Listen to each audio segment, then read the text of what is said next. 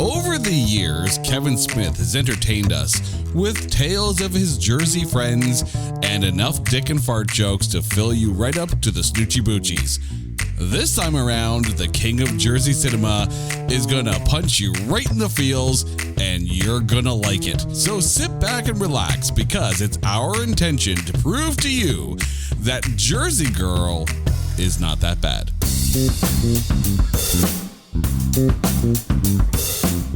Welcome to this edition of It's Not That Bad, the podcast that looks for A grades in B movies. Now, full disclosure here, my beautiful wife Carrie and I are both Kevin Smith fans.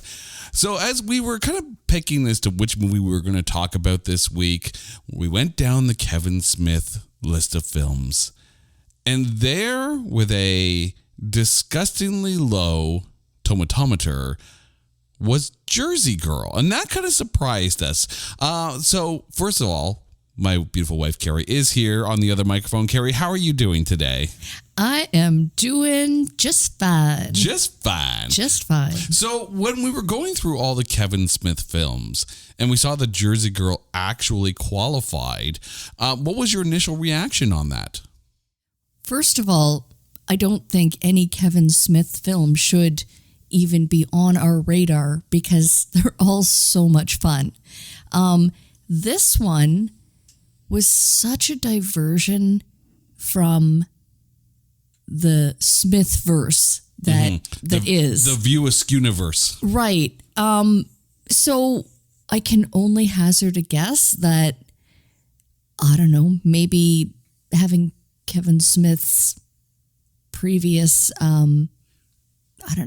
filmography attached to, critics' expectations, and then he comes out with something so incredibly touching, they were probably like, what? Where did that come from? It's so out of left field. It would be kind of like if, in the height of like the original trilogy Star Wars films, George Lucas decided he was going to do his own version of like a 9.5 weeks. And like, no, Wookiees having sex. No, bad. Yet this film had just enough nuances of what you would tend to expect from a Kevin Smith film, which was lovely. Like, It didn't take itself too seriously, even though the subject matter obviously was. It's arguably one of his most serious films in his entire filmography. But before we get too deep into talking about Jersey Girl, it is time to take this little snippet of the View Askew-niverse and trailerize it. His wife dead. His world collapsed. For Ollie Tricky, the worst is yet to come. Having to move back home with your father in New Jersey. Watch as Ben Affleck has his life completely rearranged thanks to the power of Will Smith, which nowadays sounds like a Batman movie sequel starring Deadshot from Suicide Squad. Affleck learns life lessons from a cavalcade of actors, like the girl who got busy in a record store at Empire Records, a guy who knows all 7 dirty words, and the guy who put his junk in apple pie. Ben Affleck stars in Jersey Girl, rated PG-13.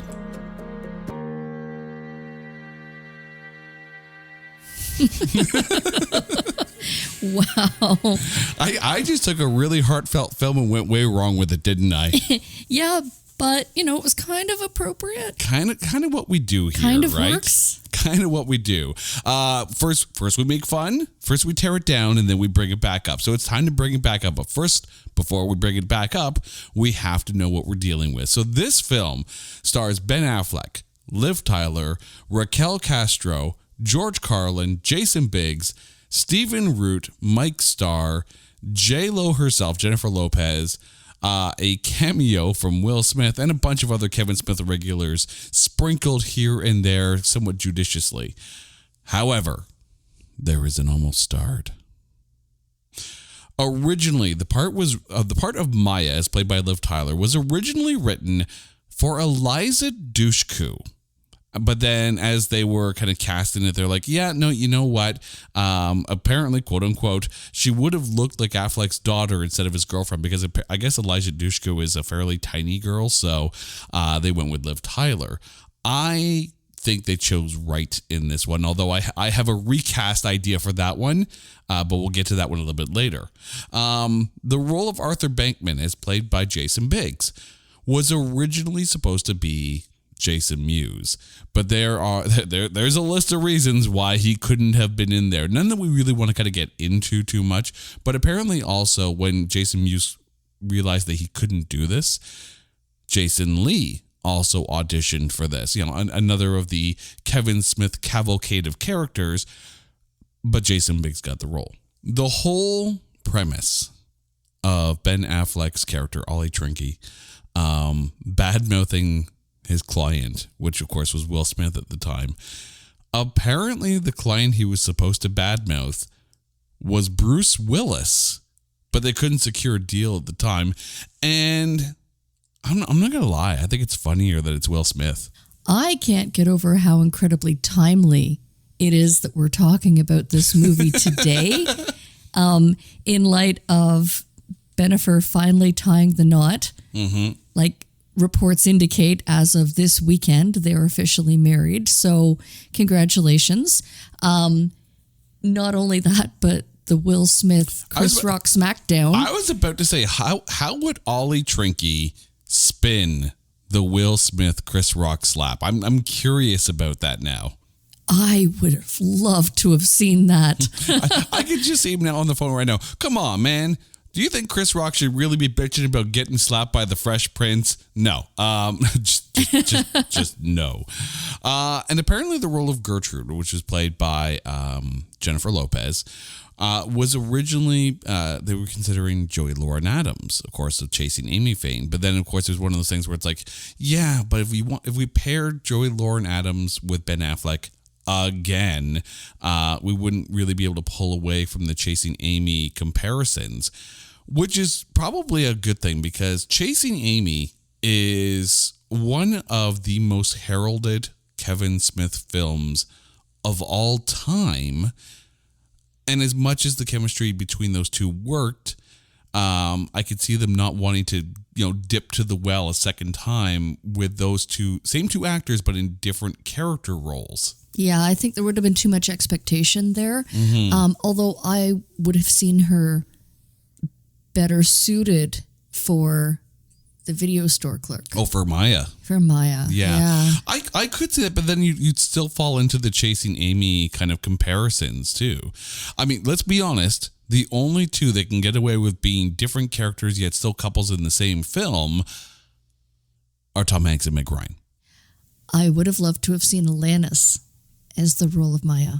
That would have been, okay. You know what? Since we're recasting Maya here, it's funny. Sorry, Liv Tyler. I just, I couldn't get past her voice. There's just something. She is very soft spoken in this, and I could see that if the role was originally written with Eliza Dushku in mind, you could almost see Eliza Dushku delivering those lines a bit more confidently, I think.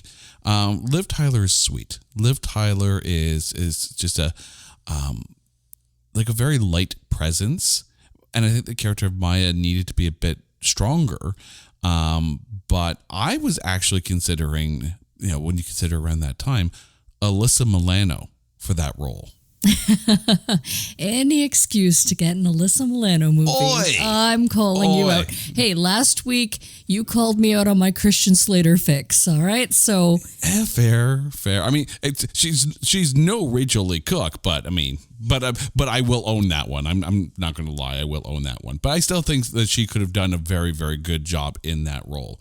Of course, it was written and directed by Kevin Smith. And if you watch all the way to the end of the credits, there's actually a really nice tribute that Kevin Smith put in there, like for his dad, I guess, who had passed away around the making of the film. So, that makes this film hit even that much harder. This, of course, part of the reason probably why this film got, critic hate was because 1 year prior to the release of Jersey Girl was Gigli. In the midst of Bennifer mayhem, Gigli came out. And we all know how Gigli was received. By the way, just for comparison, I think Gigli sits at about a 6% tomatometer. This is not me saying I want to do an episode on it, but I'm just saying that yeah, right. That would be a challenge. Right. But they apparently pushed this movie release date back a year just to kind of distance it a little bit from Gigli. And I think that was the right move per se. But this is definitely not Gigli. This is so not Gigli. But I think that kind of bled into the critical reception of this because this film was nominated for 3 Razzie Awards that year. It was nominated for Ben Affleck, nominated for Worst Actor. He lost to George W. Bush from Fahrenheit 9/11. Yeah, he lost to the president at the time who was in the documentary. Is that even fair? The Razzies can do whatever the hell they want. I'm just saying. Because J-Lo was nominated for Worst Supporting Actress.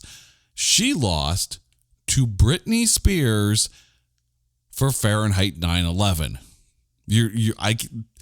I really wish this podcast was a video podcast because the absolute look of what the on Carrie's face just kind of says it all. My eyes don't lie. So forget about the whole face mask thing and mouthing what the... Yeah. It's no, my eyes won't lie. There was zero problem with your communication, even with the mask on through the last 2 years. We could see what you were thinking. But it was also nominated for Worst Screen Couple. The nomination was Ben Affleck and quote unquote either J-Lo or Liv Tyler as Worst Screen Couple. They lost to, and I'm not even kidding you on this one here, George W. Bush and either Condoleezza Rice or his pet goat. Oh God. Is it inappropriate though to say that I think that Liv Tyler and Ben Affleck made a better couple than J-Lo and Ben Affleck? In this film, yes, they did. Yes, they absolutely did. So much for acting then. I'm just saying. But here's the thing, though. There were some good accolades in this one. Raquel Castro, who played the role of Gertie, the young girl, she won at the 26th Young Artist Awards for Best Performance in a Feature Film, Young Actress 10 or Younger. And Jersey Girl was nominated for Best Family Feature Film in the Comedy or Musical category. It lost to Christmas with the Cranks, which, okay, you know what, a family Christmas film, okay, we're going to give you that one. But Raquel Castro did win for that role. And that's really, really cool to see because this was actually her first film. However, I have a feeling that the critic ratings probably hurt a little bit at the box office. This film, according to IMDb, had a $35 million budget, domestic gross of $25 million, and a worldwide gross of $35.5 million. So this is like Vegas rules. It broke even. When it was released in domestic theaters, and by domestic, US and Canada, on the March 26th, 2004 weekend, it debuted at number 5, not even cracking $10 million. Just to give you an idea of the box office that weekend. Debuting at number 1 with a $29.5 million take was Scooby-Doo 2 Monsters Unleashed, which... it's a kids' film. Kids' films are going to do well at the box office. If a big name kids' film is coming out, it's probably going to take number 1. Number 2 that weekend, also debuting with a box office take of $12.5 million ballpark. The Lady Killers, which was a Coen Brothers film, which starred Tom Hanks. Jersey Girl I mentioned was at number 5. There was another released that week. Never Die Alone debuted with just under $4 million at number 11. And if you're wondering what to expect from Never Die Alone, I'm just going to say that it stars DMX and David Arquette. So you just take you put your life in your own hands on that one here. The critics, though.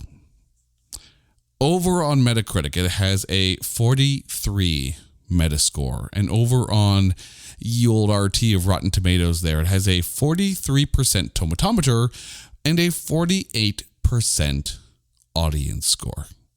Now, I want to draw some comparisons here because we are talking Kevin Smith films and, fans of the View Askew universe, this is kind of what they're looking at here. So just going through films that Kevin Smith was the sole director and writer of, okay? Clerks, 90% tomatometer.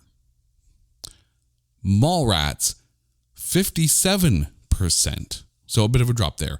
Chasing Amy, 86% tomatometer. Dogma, 67%. Jay and Silent Bob Strike Back, 53%. Clerks 2, 63%. So still, at this point, Jersey Girl is the lowest rated film. Super excited for Clerks 3. Right. Zach and Miri Make a Porno, 65%. Tusk, 46%. So still better reviewed than Jersey Girl. Jay and Silent Bob Reboot, 64%. I'm actually surprised that's as high as it is. Mm-hmm. Only one View Askew universe film sinks lower than Jersey Girl, and that is Yoga Hosers. Which, how long have I been saying we need to cover that one? Mm-hmm. Okay, so we are definitely doing Yoga Hosers on a future episode. We are definitely not doing Geely. Gotcha, mental note made. But I mean, like when you take a look at that, though, I mean, yes, I fully understand that Jersey Girl is very different from what. By the way, I didn't look up the numbers for Red State. Fully admit that one. But Red State is very different from everything else he did. But when it comes to Jersey Girl and what Kevin Smith fans were used to, which is, let's be honest, this was the first film that he wrote and directed that doesn't have Jay and Silent Bob in it. Do you think that bit of a curveball was what drove critics and audience scores down? I think it was a very good casting choice to not put Jason Mewes, and that's it's unfortunate to say because I do love Jay Mewes, but I just think also we're going to talk Madness and the Method on this show eventually down the road too. 100%. But if you were to put Jay Mewes in this movie, in any role, even as a role, like I almost I was almost kind of shaking my head when I saw Matt Damon and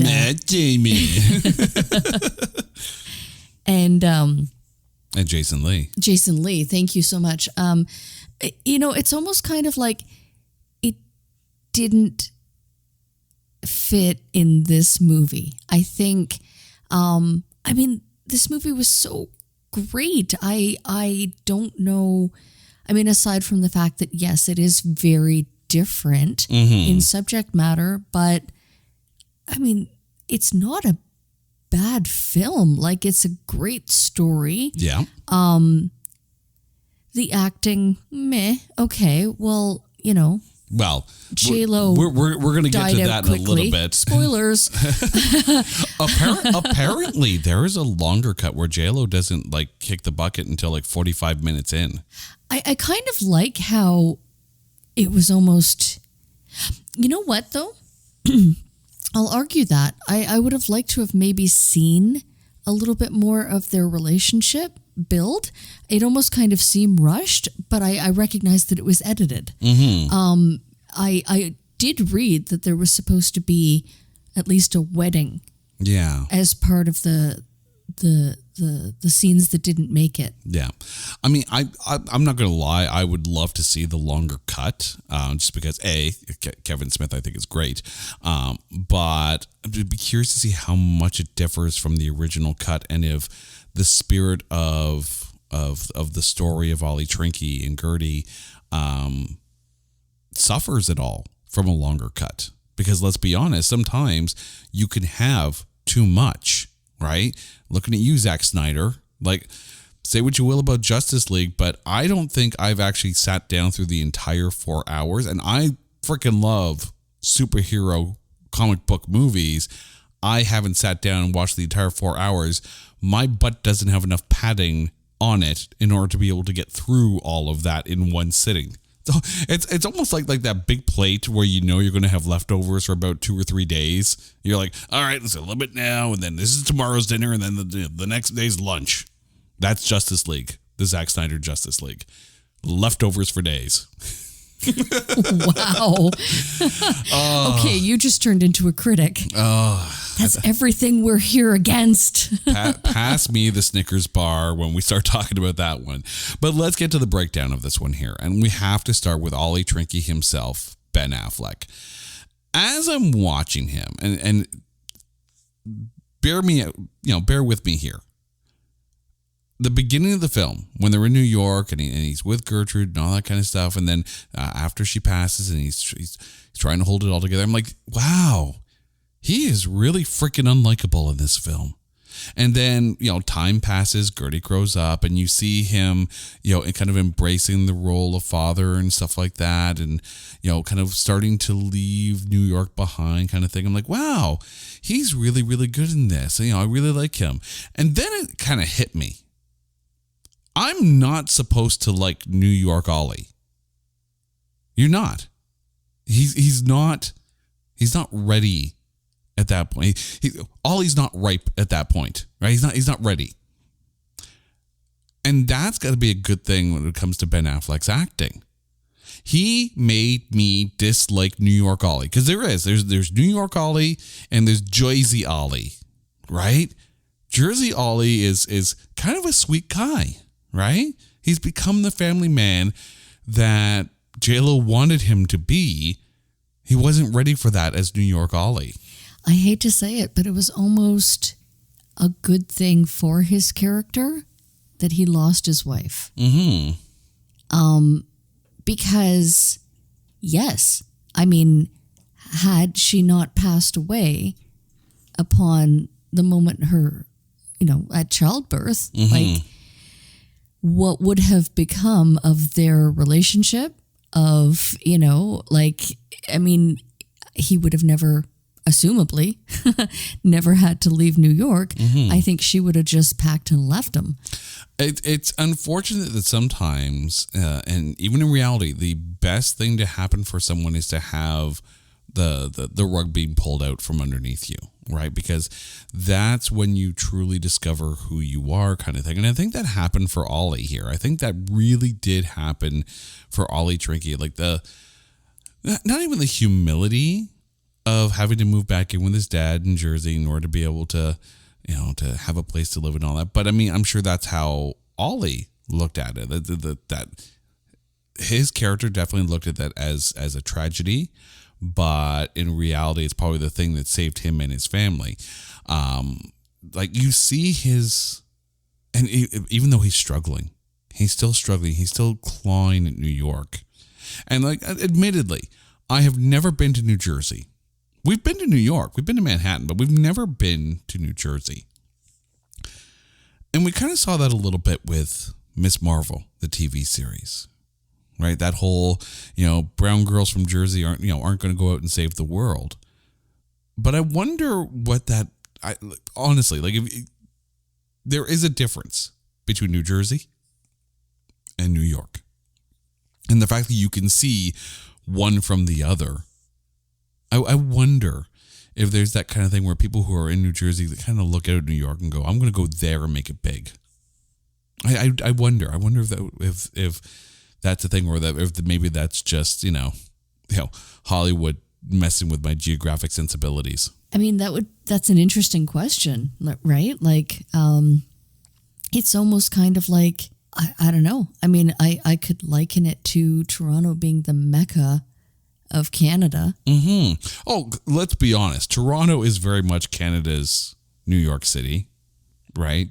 And I'm sure there's probably people who are like, you know, they're either, you know, they either don't want to say they're from like, you know, outside of Toronto, like thing, you know, Napanee, right? Like, I don't know, Avril Lavigne. You tell me if you proudly say you're from, you know, Napanee or you're from, you know, Toronto kind of thing. But let's move on to Liv Tyler, who played Maya. And, you know, we've already mentally done our recasting as to who we think. But, I mean, there is a sweetness to Maya, and I think Liv Tyler does kind of help bring that out a little bit. And there were a couple scenes where I'm like, okay, she really shines in these parts of the role. Like, there's the scene where she's trying to be strong when Ben Affleck is saying that he's going to move back to New York, and she's trying to play it off as like, no, we're just friends. She's just friends. And then she goes and runs and cries in the porno room, which crying in the porno room is such a phenomenal album title name. I'm just going to make some, you know, I'm just going to make an album. love that song. Love that. I'm just going to make an album of just sick bass tracks. I'm going to call it Crying in the Porno Room, and you'll see if it sells. Bounce, bounce, bounce, wow, wow, wow. Yeah, no, just no. No. Now on the Billboard #1 charts, Crying in the Porno Room. No, just no. But then there was the other scene. There was you know, the Sweeney Todd musical scene at the end at the school, and she's just delightful in this. I mean, what were your thoughts on Liv Tyler?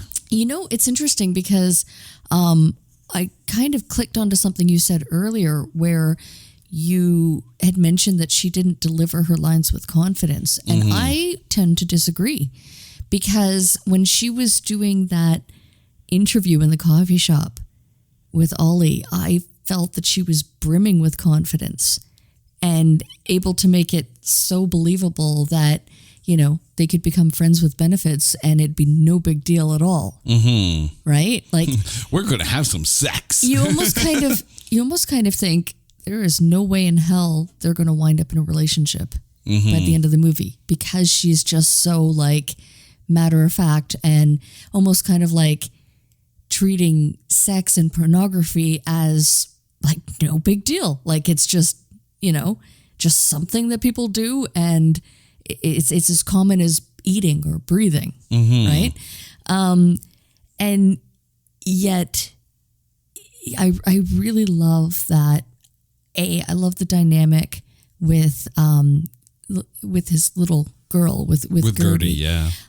Because they just became almost like an instant family, you know. And at that point, you just want to see them get together. Like, yeah, I mean, in the early scenes with Liv Tyler as Maya, I'm like, okay, I think I'd rather picture Eliza Dushku in the, you know, that initial video store scene where she's, you know, kind of, you know, playing with Ben Affleck about the whole renting of Bye Bye Guys kind of thing.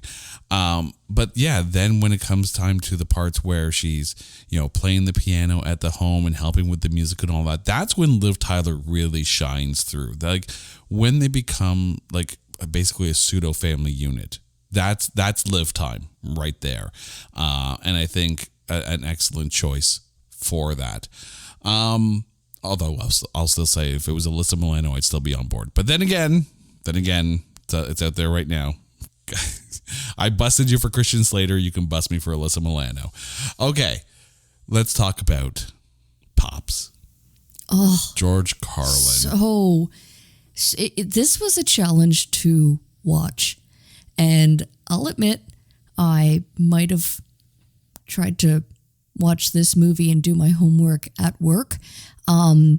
Yeah, not advisable if you're in a public setting. How are you doing today? It's so hard to smile through the pain. I'm okay. Welcome. Be friendly and welcoming. Thank you. Come again. Oh crap! I killed her. I've killed the co-host. Oh crap! Choking. Yeah, no. Although that being said, at 30 minutes into the record, you lasted longer than J-Lo.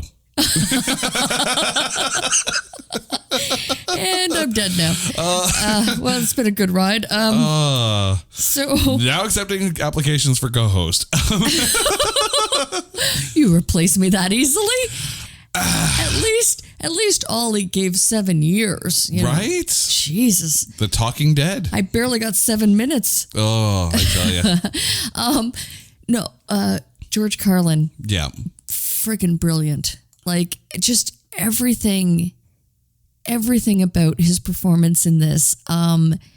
He at no point was unlikable or the alcoholic that Ollie tended to, try to paint a picture of. He was just a sweet old guy. Like he was such a sweetheart. Yeah, but he's the tough love sweetheart. Like the way he interacts with Ollie in this, like you can tell we're talking pure love though. But the thing is, they're both kind of in the same place, right? Ollie and his dad both lost their wives. They're both, putting on a gruff exterior in order to be able to hide the pain that they still feel every day. Like you see a lot of that withheld pain hidden by, smart ass sarcasm and a few beers down at the bar with his boys. Look, I'm going to put a bold statement out there, right? George Carlin has had some iconic roles. And, specifically the first one that comes to mind is Rufus from Bill and Ted's Excellent Adventure. But even like in, cameos in Jay and Silent Bob Strike Back, and then his role in Dogma, like the Code of the Road, right? The unwritten book of the road. But I'm going to put this out there that I think if ever I had to, with a gun to my head, say what is the best ever George Carlin role, this is it. This is it.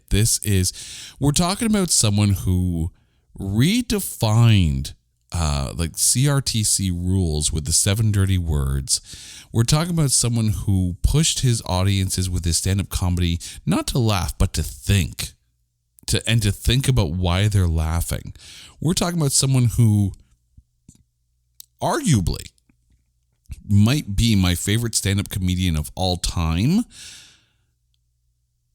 But this, like, I wish the Academy had the balls to give him an award for Best Supporting Actor, or at least nominate him. Because I think what's being missed is George Carlin is a freaking gem, but this was the side of George Carlin that we didn't get to see in something like Bill and Ted or in Dogma. And I really wish more directors saw this in George Carlin, because there's so much heart in him in this. And Kevin Smith, aside from writing a very good role, is a genius for putting George Carlin in that role. Bar none. You recast that today, and we're reviving George Carlin from the grave and making sure we can have Bernie's him so he can be in Jersey Girl 2. That's that. No one takes that role. None. No one. He was that good. I will now step off my soapbox. See what happens when you give me a Snickers bar? I get all passionate and happy. Well, if that's what you want to call it, I was going to offer you a Snickers. But I don't disagree. I do not disagree. And I can recognize that you're very passionate about that statement, because you're absolutely right. I don't know, though. I truly saw that Rufus in Bill and Ted had quite a lot of heart. He really took care of those boys, and he wanted to see them succeed. Mm-hmm. He knew that, their fate would save the world. So yeah, but he cared. But I think Rufus was more cool. But Ollie's dad. Well, there was way more opportunity to build that character, though. Mm-hmm. And that's the thing too. Like I want to get to J-Lo next, and there's a reason why. Like, look, we could talk about Geely till the cows come home. But let's not. We're not here for that. Right? Till the bull cow comes home. Okay? But before they find out that she's pregnant in this, I'm watching this and I'm watching the way she is with Affleck. And more importantly, I'm watching the way she is with George Carlin. And the scenes with her being introduced to Ollie's dad and how she's like, no, I'm going to go to the bar and you're going to wash the dishes and all. And I'm just like, oh my God, she's playing along with George Carlin. George Carlin made J-Lo, like, her performance even better. And anytime, and I've said this before, anytime anyone whose mere presence on screen makes everyone better around them, like, kudos to George Carlin for that, because I found that J-Lo actually quite good in the limited amount of screen time that she got. Like, even the death scene, right, where they're pretty sure like she had an aneurysm during a contraction kind of thing. It wasn't like an overblown Paul Rubens and Buffy the Vampire Slayer kind of death scene. It was very much like just like you could almost like see a snap, and it was just so happening in the background, which I think made it even harsher, because it's just like, oh wow, like oh, and your heart kind of sinks in your stomach kind of thing. But which I don't know about you, right? When we first saw this movie, we weren't parents. We're parents now. This movie hits way harder and way different as we're rewatching this. You're damn right. And do not watch it at work. That's my disclaimer. Like, as a movie on its own, it's a good movie. Especially as a mom, having gone through childbirth, do not watch this movie. Right? Like there's the thing. At work or around people. Like, any critic that poo-pooed on this movie, I wonder if they had kids at the time, because when you're a parent, right, a movie like this, like when we watched it, it's like, oh, okay, it's a Kevin Smith film. It's okay. Oh, hey, Bennifer, like, and we're watching it, and it's there, and we still appreciated it for what it was. But then you become a parent and you watch it and you start to feel every single emotion that Kevin Smith wrote into that script, and you find yourself at the end going, where's the snoochie boochies? I need something. I'm not okay. I think even from a parental perspective, it gave a lot more clarity to George Carlin's performance. Mm-hmm. Because you see that your kid is hurting. Mm-hmm. And you also see the string of mistakes that he's making. Mm-hmm. And, as much as he wanted to help, and he did, he would, take care of the baby while he knew that Ollie was so distracted and grieving, let's be honest. But he was also not afraid to call him out for becoming an asshole. Oh, I mean, there's that scene where Affleck is having to chase his dad down with the kid in the car kind of thing, because he's got the, he's about to go do the Fresh Prince thing, right? And, there's that tough love where, like, he's got to get on with his life too. Yeah. Right. And it's the kind of move that Ollie needed, because, that can't be easy. Well, that's the thing, is had George Carlin's character as the father, had he kept enabling the behavior, it would have never changed. It needed to come to that, like, sudden halt where Ollie realized that he has to man up. Like, he has no one else to turn to at this point. It's him and this little baby that he has to take care of. And there's this little scene, and it's I know it's designed as an Affleck scene, and kind of pushing forward Ollie's turn around things, and it's when he's talking to baby Gertie after losing his job and coming home, and kind of making that mental point of, I'm going to be a good dad. I'm going to be the best dad kind of thing. And George Carlin's just sitting on the stairs and listening and not interrupting and just taking in the moment and kind of knowing that he's going to be okay. And, I know, when you watch it on film, you don't really take it as, such a big deal, right? But to any parent who's just sat on the stairs and listened to their kids play together or something like that, or, just listen to them just talk, or even just kids talking to their stuffies or something like that. There's just something about the dad sitting on the stairs and being there, but not interfering kind of thing, like letting the realization do the work for him. Yeah, that's a cool moment. That's a very, very cool moment. There's a lot of those really, really deep moments that I think, kind of go unnoticed when you first watch this. But when you watch it later on in life and you find yourself, as a parent with kids, and once you get through the and then you can really appreciate everything that Kevin Smith put into this. Oh, absolutely. I think there was a lot of bringing to light or dealing with coping mechanisms. Where it was always said that Ollie's dad was an alcoholic and hitting a bottle. Oh, that's cute. You both get a bottle at 8:00. You know what? I think that was very much his coping mechanism. That was his way to get through the loss of his wife. And whereas with Ollie, he tried to continuously be the workaholic. I think that was almost kind of a coping mechanism of something that some greater pain. People who are going through tragic moments in their lives, like tragic moments of loss and grief, they're going to cling to something that they know, right? Some people cling to work. Some people cling to beer. Some people cling to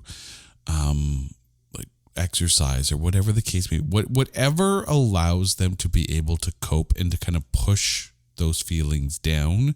Some of it's healthy, some of it's not, but all of it is a coping mechanism. And then this is not a judging thing, but it's a reality. Like this is a very blue collar family. Even though Ollie's job in New York was very, fast lane, white collar kind of stuff. But the roots of that family are very, very Jersey, right? Very blue collar. And I think it's one of those things where that grounding saved Ollie and Gertie for that matter. Let's talk about Gertie though. Raquel Castro. First note I have on here, tiny tour de force. This is her first film. She had one TV role kind of thing before this. But this is her first film. And holy did she knock this out of the park. She was so, so great. She was so confident and so, I think years beyond her age. That's a really, really good way of putting it. I mean, we talked a little bit about George Carlin making everyone better around him kind of thing. But I find that Raquel Castro as Gertie actually made everyone better around her as well. This wasn't just some, quote unquote precocious kid who's adorable on camera. No. Her personality shone through in this so that it made everyone in this, patchwork extended family really come together and root around her, right? There's Maya playing the piano kind of thing, even though her and Ollie are just friends, even though she was getting ready to give him a mercy jump kind of thing. There's Ollie who's, still kind of, emotionally coming to grips with the reality of his new life kind of thing. You've got the dad who's still grieving in his own kind of way, and his two buds who are like the Rosencrantz and Guildenstern of Jersey Girl, which for the record, I freaking love Stephen Root. I absolutely ever since News Radio, anytime Stephen Root's on screen, I'm like, Jimmy James!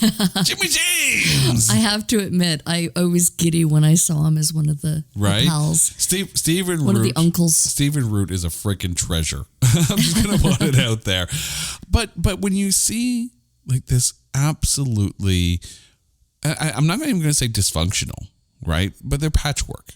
It's a patchwork family unit built on necessity and emotional leanings, and Gertie is very much the rally point for everybody, that no matter what anyone's going through, she's kind of like the focal point of everyone wanting to make sure that she has the best life. And I think that really plays up in the way she acts as Gertie, right? Like just being a kid in New York and going to see the play and getting her grandfather to try to get him to, when are you going to bring your kid to see the Cats? Right? It's a musical? There's no the in Cats, which again, I find funny when you're watching this now and you realize that Cats was an absolutely horrible, horrible, horrible film, which I really don't want to go down that road one day. But like, she's a gem in this. She really is. You know what? I think it was really helpful to her character and to the storyline that she never met her mom. And if you were saying that there was a 45-minute cut where the thought of, even if her mom passed away while she was an infant, there would have been that loss that I almost, not that the young Gertie wasn't sad about not having a mom. However, she never experienced the grief of losing her mom, or she never had that opportunity to have that connection. Yeah, all she had of her mother was the picture that her dad put on the mobile, and of course she held close to her heart, clearly.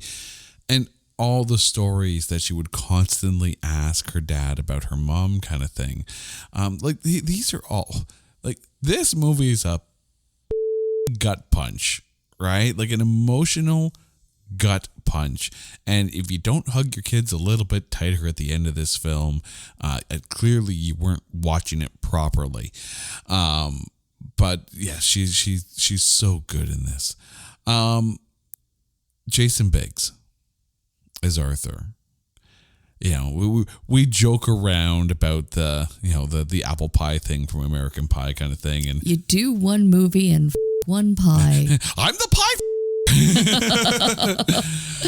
But I want to go back to one of our previous episodes here, and not to get other people to listen to past episodes of the show, which you absolutely should, because our podcast is phenomenal. Just saying. But I remember when we were talking about America's Sweethearts, and we were talking about Seth Green's role as Lee's assistant to that in that film, and how there was a youthful naivety in what Seth Green brought to that role.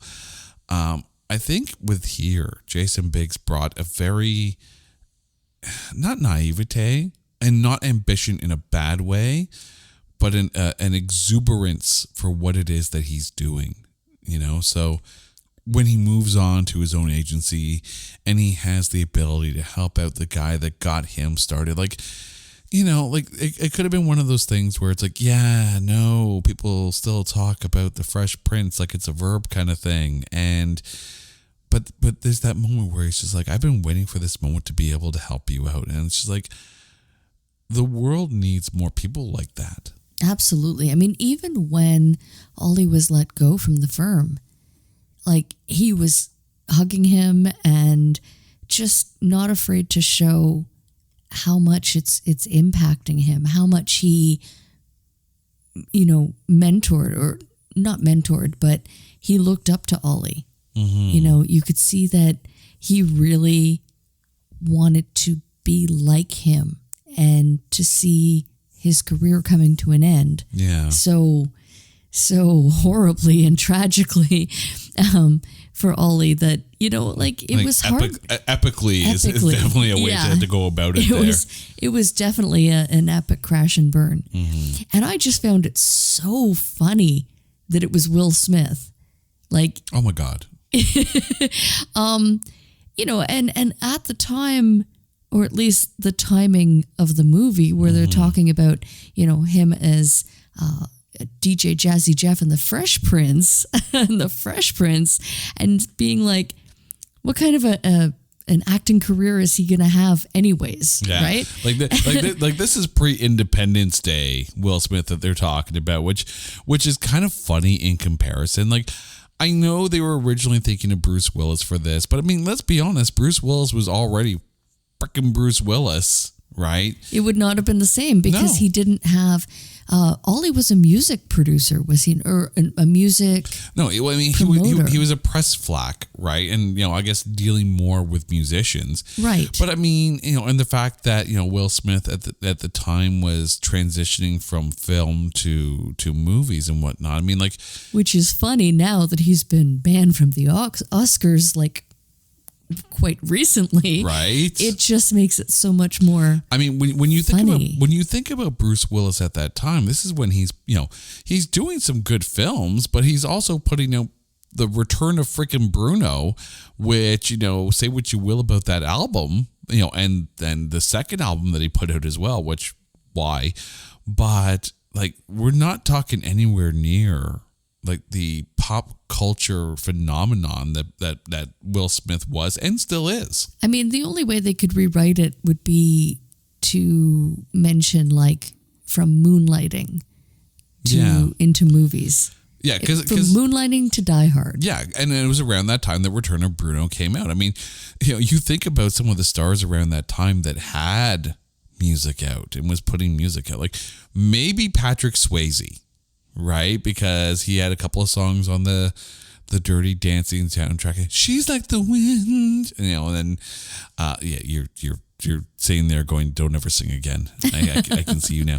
But I mean, like even like Eddie Murphy had Party All the Time. Don Johnson had Heartbeat. Right, like there is a cavalcade of actors that have put albums out that, oh dear God, William Shatner. Oh. Lucy in the sky with diamonds.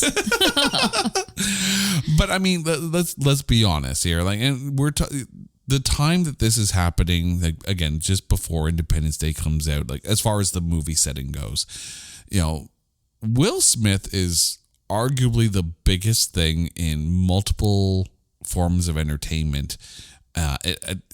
There is no one else, I don't think, that it could have been. Like, not even Alanis. Not even Alanis. Because when you think about Jagged Little Pill came out, when did that come out? Was it 91 or 93? I'm trying to remember. It's blacking out at this point. Yeah, I don't know. Maybe Snoop Dogg? I don't even think he was really acting at that point. No. Vanilla Ice, maybe. Oh. Right? That's really grabbing at straws. Yeah. What else are we going to do? Andrew Dice Clay? Get the Adventures of Ford Fairlane out there? But no, I think it had to be Will Smith. And like that whole scene where they're sitting at the agency and they're having that little conversation, at no point did Ollie say, yeah, you're the one that ruined my career kind of thing. It's just one of those. But he didn't. But Ollie ruined his career. Ollie ruined his own career. But I think there was a very sweet moment, and I think Will Smith really played that well. I found it was interesting that they kept in the line, now we're even, right? Yeah. Well, I mean, and I'm like, I was watching it like, is he going to reference that he was the press agent, the Fresh Prince? Yeah. Yeah. But nope. Just kept it as well. I didn't see your iRobot movie, which. I find it funny that Will Smith was like, oh yeah, no, it's a bad movie. Like, I liked iRobot. Come on. But then again, I also like Isaac Asimov books, but that's just me. Okay. This needs to kind of be out on Front Street here. We need to talk about the one person that we don't see in this film. Kevin Smith. Kevin Smith made a career out of really two characters, Jay and Silent Bob. And this film is such a departure from that. And even though it's sprinkled with a lot of Kevin Smith isms in the script and a lot of his friends in smaller roles, putting aside the critical acclaim for Chasing Amy and for the storyline and for some of the angles that they broached in that, because it really was a very strong representation of LGBTQ. I think that if you're really going to push a movie that proves that Kevin Smith is a really, really good writer and director, this film is up there. If you're grading this in the pantheon of Kevin Smith films, where do you put it? Well, I don't know if that's a fair question because it's so different. It's such a standalone from the others. Okay, let's put it in a different way then. I know Kevin Smith has been doing some things with like Supergirl and stuff like that. Like he's starting to branch out a bit more as far as, the genres that he is directing or writing. Should Kevin Smith revisit the idea of doing these, emotionally heartfelt films? I personally love this movie, and if he has more like this one, then all the power to him. However, I think what made this movie so good is the actors. And obviously, George Carlin being no longer with us, not an opportunity. Who knows, right? Who knows what the future holds? And I think that Kevin Smith can do anything that he sets his mind to. He has such a range, and he's just so good at what he does, obviously, that to make this movie so raw and emotional. And again, this one is a standalone. There is no way that you could rank Kevin Smith films and include Jersey Girl in that because it's just so different. It doesn't compare to The Clerks, the Jay and Silent Bob, Dogma, Mallrats. It's just I think if you're in a league of its own. I think if you're taking a look at this, and if Kevin Smith ever listens to this podcast, first of all, hi Kev, but I think he would appreciate the comparison I'm going to make. When you think of George Lucas films, right? First thing that comes to mind, of course, has to be Star Wars, right? There's probably a small handful of people who say THX 1138, which is again another sci-fi epic type of film. I'm sure there's a small handful of deranged people that would, the first thing they would say is Howard the Duck. Oh, yeah, I fall under that. Right. I was going to say, is it bad that I'm thinking Howard the Duck? Howard the Duck. That being said, though, a small selection of people would come out and say American Graffiti.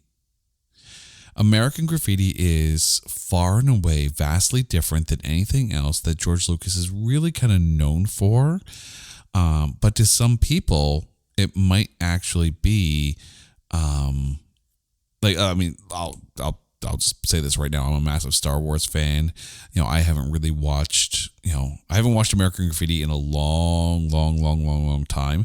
But I'm sure there are some people who look at that and go, well, this might be his magnum opus. But that's just based on what they like. I'm sure there is a percentage of the population of Kevin Smith fans out there that look at this and say this is his pinnacle of filmmaking, and I think it wouldn't be wrong in saying it's one of the movies with the strongest set of characters that he's ever written. Did he write Catch and Release, or was he just an actor in that? He was just an actor in that. So he had nothing to do with the production. No. He was just there to look sexy. Huh. Yeah, I went there. What can I say? It's goatees. No, but no, he did not write that film. He did not direct that film. I think in the pantheon of films that he has done, I think this has the strongest character set of all the films, and I think it may have the most heart. And that's a tribute to the man himself, Kevin Smith. But now it's time. It is time. So, Carrie, I ask you, who is your MVP of Jersey Girl? Oh, I have been dreading this question all day. I have a tie. I'll allow. Okay, George Carlin and young Gertie. I thought Raquel Castro. Raquel Castro was so good, and as I had mentioned before, just years beyond her age. Just the scene, the turnaround between her and the little guy, who was also very good. What was his name? Josh? Oh, I can't even remember. Yeah. Anyway. What are your intentions with my daughter? Yes. And I thought that was so pivotal that she was able to turn the table on her dad. And so, Maya, what are your intentions with my dad? Yeah. How fun was that? I'm just going to say this out right now. I am so glad, after watching this movie, that we don't have daughters. I'll just put that out there. You're going to laugh. You're about to laugh hysterically. Bring it. Because my MVP of this film, and I was heavily considering Raquel Castro, but is George Carlin. We absolutely agree that those two are just the emotional center of this film, and this film is not anywhere near as good as it is if it's not for those two. A quick little shout out for Kevin Smith for writing a very good film and for directing very well. But yeah, I cannot disagree with you that George Carlin and Raquel Castro. I put George Carlin as my MVP with just honorable mention to Raquel Castro, but in all honesty, they are both equally phenomenal in this. I have to know, what has she gone on to do after the fact? She is actually still acting today. She was recently in the series Money, and she has 3 films that are either in pre or post-production already. So she's still going. Mm-hmm. I can definitely see that. Yeah. So, Carrie, thank you so much for this. Kevin Smith, if you're listening, thank you for making a phenomenal film. Jersey Girl is an absolute gem. And to you, our listeners, thank you for listening to this episode of It's Not That Bad. Now, you guys know the drill, okay? If there is a movie out there that you think is unfairly maligned, or you think is so bad that there is no way in hell that we can find anything good to say about it, hit us up on Twitter at NotThatBadcast. We will watch it, we will dissect it, and we will find the good things to say, because we are looking for those A grades in B movies. Until next time, Carrie, thank you so much for this. Lovely as always. To you, our listeners, yeah, you're lovely too. We'll see you next time. Take care.